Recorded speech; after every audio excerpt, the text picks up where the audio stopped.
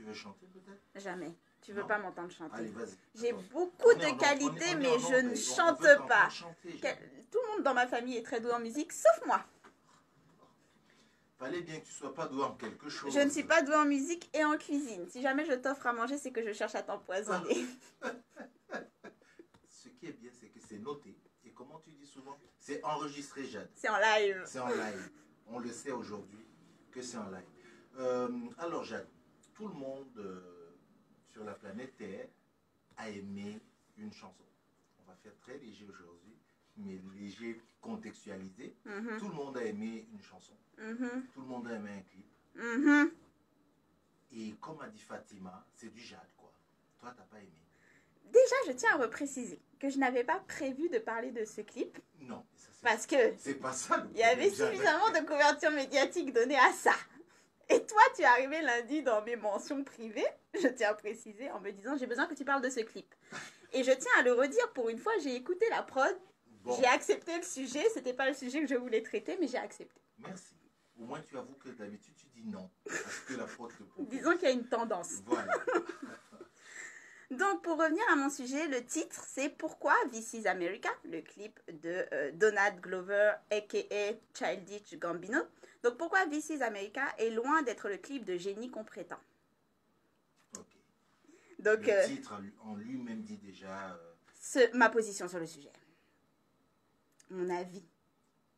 je préfère t'écouter. Parce Oui. que si on n'a même pas encore commencé. Si je commence à débattre, là, on en a pour la journée. Exactement. Donc, pour remettre les choses en contexte, This is America, c'est donc le clip vidéo du rappeur, acteur, humoriste, producteur, je ne sais autre combien de casquettes, Donald Glover, qui de son nom de... Il me semble que c'est quand il est rap, quand il est chanteur, qu'il se fait appeler Childish Gambino. Moi, je le connais surtout en tant qu'acteur, donc j'ai pu le voir dans des séries comme Atlanta. On va le voir notamment également dans le nouveau Star Wars Solo. Donc moi, je le connais surtout en tant qu'acteur, mais comme j'ai dit, il a plusieurs casquettes. Et le clip en particulier, This is America, qui a été disséqué par la terre entière, et apparemment, à Néo-Québec, on en fait partie également. Ça a été une requête, on va disséquer. A été vu plus de 100 millions de fois en moins d'une semaine, donc il fait partie des 5... Il n'y a que 5 clips de nos jours, je connais pas la liste, mais je sais qu'il fait partie des 5 clips qui dépassaient ce fameux record. Donc 100 millions de vues, oui on va demander à Fatima. 100 millions de vues en moins d'une semaine, le directeur du clip en question c'est Hiro Murai, qui est lui-même une pointe dans le milieu, très connu, le nom de Hiro Murai en termes de production. Donc voilà, c'est un clip qui a vraiment fait le buzz, un énorme buzz, ça lui a valu même des couvertures médiatiques dans The New York Times, Atlantic, etc. Et non seulement il a fait un énorme buzz, mais il a vraiment reçu le qualificatif de œuvre géniale. C'est vraiment le New York Times a fait un profil du fameux Donald Glover comme si c'était le nouveau messiah de la cause noire. The Atlantic, la même chose. Donc il a vraiment été reçu comme... Oui, non, mais c'est vrai. C'est quand tu regardes la couverture médiatique qu'a reçu le clip, c'est quand même extraordinaire à quel point il a été applaudi de tous les côtés, artistes, chanteurs, médias, voilà. Politique, donc on en a eu dans tous les côtés. Pourquoi il a fait le buzz? Ben là, on va le voir un petit peu. C'est qu'il est truffé de symbolisme et surtout, il tape sur le shock value. Donc on va disséquer un tout petit peu pour mettre en contexte ceux qui n'ont pas vu le clip. L'acteur en question, le rappeur, l'artiste, dans ce clip, donc je vais donner rapidement un peu les thèmes pour ceux qui sont intéressés de voir. Trigger warning, c'est extrêmement violent. Il incarne Jim Crow par la manière de s'habiller, également sa gestuelle. Il y a un thème très important autour de la violence des armes, gun violence. Donc il va montrer notamment que les États-Unis aiment plus les armes qu'ils n'aiment les populations noires. Donc on voit par exemple qu'il utilise une arme pour tuer et l'arme va être mise de côté avec soin, tandis que les corps des victimes qui sont des hommes noirs, des femmes noires également, donc des corps noirs sont traînés derrière lui. Je précise que donc c'est Childish Gambino lui-même qui met à mort dès le début du clip un homme noir avec la tête dans un sac, puis après on le voit également tirer sur une chorale de gospel. Ce passage-là où il tire sur une chorale de gospel, il tire avec un rifle que certains ont dit être un AK-47 et c'est directement lié au massacre qui avait lieu dans l'église de Charleston, qui était un massacre qui avait été fait des mains de Dylan Roof, un homme blanc. Je reprécise, un homme blanc qui a été capturé vivant par la police parce que... Bien sûr qu'il a été capturé vivant par la police, il est blanc, ça fait partie des avantages. Donc, on voit Childish Gambino recréer donc, ces massacres en, comme je l'ai dit, shock value. On le voit également danser alors que le chaos explose derrière lui, les corps qui tombent à l'extérieur, les gens qui courent dans tous les sens. Lui, il danse, donc c'est un peu également une critique de l'usage des corps noirs, de l'art noir, comme le divertissement. On divertit de ce qui se passe, c'est-à-dire de toute la violence que subissent les hommes noirs, parce qu'on est tellement concentré sur la manière dont son corps bouge, dans la manière dont les jeunes bougent derrière lui, qu'on ne voit pas le chaos. Mais de la même manière, les personnes qui fournissent ce divertissement sont les personnes qui sont mises à mort ou subissent ce chaos. Donc c'est une manière de dire, vous aimez l'art noir, mais vous n'aimez pas les populations noires ou ceux qui le produisent. Aussi pour certains, il y a eu énormément d'analyses. Donc ça, c'est tout l'analyse du clip. Certains qui disent c'est aussi pour les noirs, le fait d'être dans une chorale de gospel, le fait de danser, de chanter, de continuer à fournir du divertissement. C'est une forme de coping mechanism, on essaye d'avancer pour survivre, donc on continue d'enjoy, de profiter de la vie, même quand la vie est extrêmement violente autour de nous. Donc ça, c'est un petit peu rapidement les thèmes très importants qu'on peut voir dans le site, comme je l'ai dit. Le clip a été disséqué sur toutes les plateformes. Vous pouvez aller plus loin également dans l'analyse. Ça a été fait sur Internet, je vous invite à aller chercher. Je ne vous invite pas à aller voir particulièrement le clip, mais quand vous voyez l'analyse, vous avez vu. Bon. Face à ça, il y a plusieurs problèmes, moi, qui sont venus me chercher et qui m'ont empêché, un, d'apprécier le clip pour ce qui supposait être du génie, deux, de considérer que c'était un clip qui valait un tel hype. Tu sais, c'est le moment où tu te dis, ok, le hype n'est vraiment pas mérité. Donc déjà, moi, premier problème, j'ai un problème avec le fait qu'on pose Childish Gambino, a.k.a. Donald Glover, comme ce parangon messiah de la cause noire, ce woke, artiste woke qu'on met en comparaison par exemple avec Kanye West. Au moment où Kanye West chute, on a Childish Gambino qui s'élève comme le nouvel artiste. Donc, déjà, il faut mettre en avant que ça a été très utilisé cette comparaison entre les deux. Moi, j'ai un problème avec le fait que tout d'un coup, on le considère comme woke parce qu'à un moment donné, il faut savoir être, comme je dirais, cohérent. Quand vous regardez un petit peu la carrière de Childish Gambino, ce qu'il a fait avant d'en être arrivé à ce statut, on peut voir déjà que, d'abord, Childish Gambino, il a quand même construit sa carrière autour du fait d'être l'homme noir token apprécié par les blancs. Quand vous regardez un petit peu ses clips humoristiques, c'est le genre de personnage qui va bâcher les femmes noires, publiquement sur Twitter par humour, fétichiser les femmes asiatiques. Il a été plusieurs fois call-out là-dessus, sur son fétichisme des femmes asiatiques qu'il met en opposition avec les femmes noires. C'est celui qui va rigoler en disant qu'il jouit lorsqu'une femme blanche l'appelle nigger. Donc c'est vraiment quand même quelqu'un qui va faire des punchlines sur la mort de Trayvon Martin. Sur Twitter, il va mal écrire en plus le nom de Trayvon Martin lorsqu'il l'utilise comme punchline. Sur Twitter, pendant des plombes, il a constamment attaqué Black Lives Matter en disant que c'était de l'activisme internet, de l'activisme hashtag et que ça ne servait strictement à rien. Je trouve ça très, pas cynique, mais je trouve ça très, comment dire, drôle de remettre ça en contexte quand on voit que son clip internet, actuellement, c'est du véritable buzz internet. Son activisme, il est récupéré dans tous les sens et c'est devenu la première source de mèmes pendant le week-end. Vous ne pouvez pas échapper, même sans voir le clip, si vous êtes sur Internet, sur Twitter ou sur Tumblr, vous ne pouvez pas échapper à un extrait de son clip vidéo.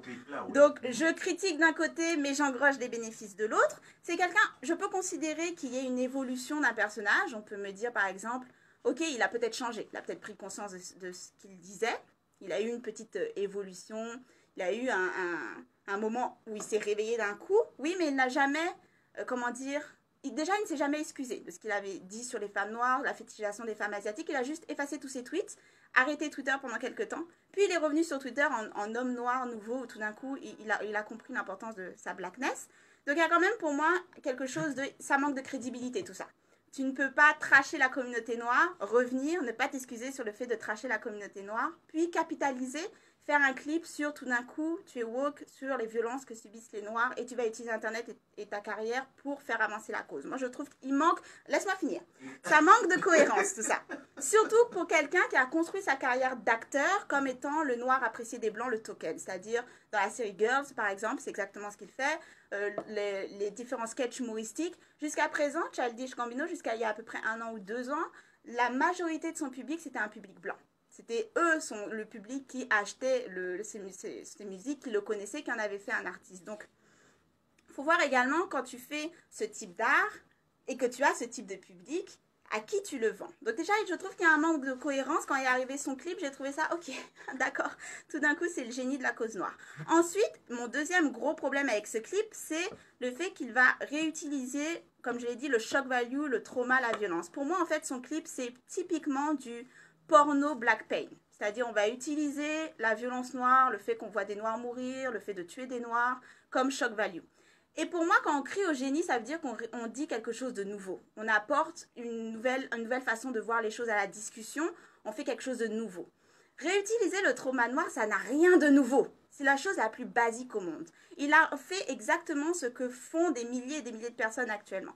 Comme je le dis et je le répète, il y a une absence de respect envers la mort des populations noires. Il n'y a qu'à voir comment les vidéos, quand on voit des policiers abattre les personnes noires, alors qu'il y a des massacres dans des écoles majoritairement noires, on n'a qu'à voir à quel point les vidéos vont tourner et faire le buzz sur Internet et vont être repris par les médias sans trigger warning, sans annonce, juste flashés à la télévision sur des chaînes nationales avec une absence de respect qu'on n'a pas lorsqu'il s'agit de la mort de personnes blanches. Donc il n'y a absolument aucune pudeur, aucune gêne à montrer les corps noirs sans vie, à montrer la violence de tuer. Donc j'ai un vrai problème avec le fait de réutiliser la violence et le trauma pour redire encore une fois. Le clip a été disséqué pour dire, regardez, on aime plus l'art noir qu'on aime les populations noires et on continue à les faire subir. Oui, tout le monde le sait. Donc, qu'est-ce que tu apportes de nouveau à ce clip, à part le fait que c'est un discours qu'on a dans le milieu militant activiste depuis des décennies. Et tu n'as pas besoin de réutiliser ce trauma pour faire passer un message, d'autant que lorsqu'on parle par exemple du moment où il abat avec un AK-47 une chorale composée entièrement de noir avec un clin d'œil pas du tout subtil avec Charleston. Comme je dis, Charleston, le meurtrier, il était blanc. Dans le clip de Gambino, il y a pratiquement que c'est lui qui tue les noirs, donc tout le monde lève les yeux au ciel en disant, si vraiment tu voulais recréer une telle violence et faire passer le message, pourquoi est-ce que c'est toi qui tue la chorale noire de base? Donc, encore une fois, tu vas aller jouer sur ce discours parce que si c'est un message que tu veux faire passer aux Blancs, la seule chose qu'ils vont voir, c'est black on black crime, ce fameux stéréotype. Donc, j'ai un problème avec ça, tu retraumatises. Et en plus, est-ce qu'on a pensé à toutes les familles des victimes, à tous les supports qui vont se voir projeter cette image? Comme j'ai dit, c'est impossible de se connecter sur Internet sans voir les extraits. Des extraits qui, en plus, non seulement sont extrêmement violents, mais quand vous voyez sur Internet, vont être utilisés pour faire passer tout un tas de messages. J'ai vu des gens dire, quand tu ne reçois pas la bonne pizza, et on voit Childish Gambino tirer dans la tête d'un homme noir. Donc non seulement tu retraumatises, mais tu désensibilises. C'est ça le problème avec la surexposition à la violence des corps noirs, c'est qu'à un moment donné, vous n'avez plus aucune sentimentalité, empathie. Ça devient banal. Ça devient banal, c'est extrêmement banal. Et c'est pour moi, son clip est extrêmement banal, parce qu'il n'offre rien d'alternatif ou de nouveau, il retravaille sur le trauma.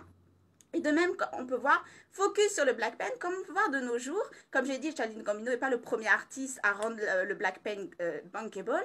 On en parlait dernièrement, c'est la représentation des Noirs pendant très longtemps, c'était en tant qu'esclaves. Si on voulait représenter les Noirs dans les médias, dans les ciné, dans les télés, c'était en tant qu'esclaves, en tant qu'esclaves et en tant qu'esclaves.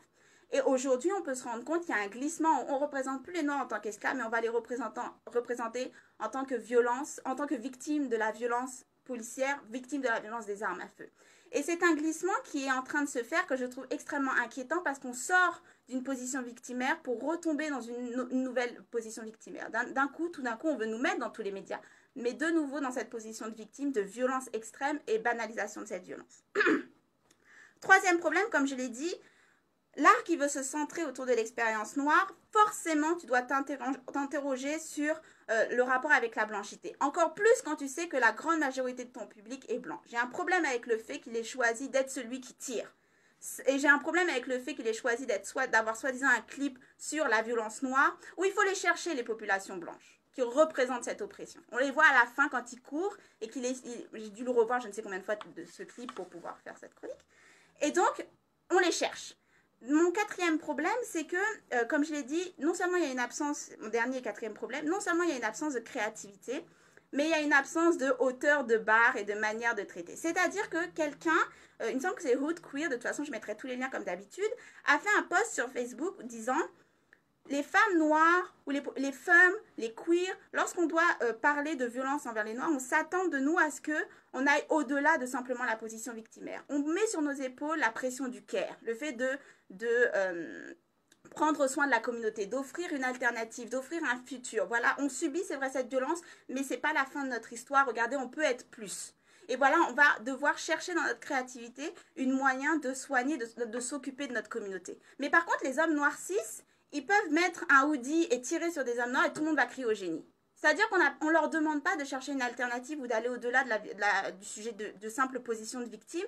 Juste faire le bare minimum, parce que pour moi, son clip, c'est le simple minimum. Prendre une arme et tirer sur des noirs pour taper dans le shock value, c'est du basique de chez basique. Mais le fait qu'il ait été basique a suffi pour qu'il reçoive le trophée du génie sur absolument tous les médias. Et j'ai trouvé ça extrêmement cynique et extrêmement choquant. En plus, la personne disait, imaginez si Beyoncé dans les monnaies avait fait ça. Imaginez si Beyoncé avait pris un AK-47 et avait tiré sur une chorale. Ce ne serait pas passé. Bien sûr, on ne peut même pas imaginer une femme noire faire ça.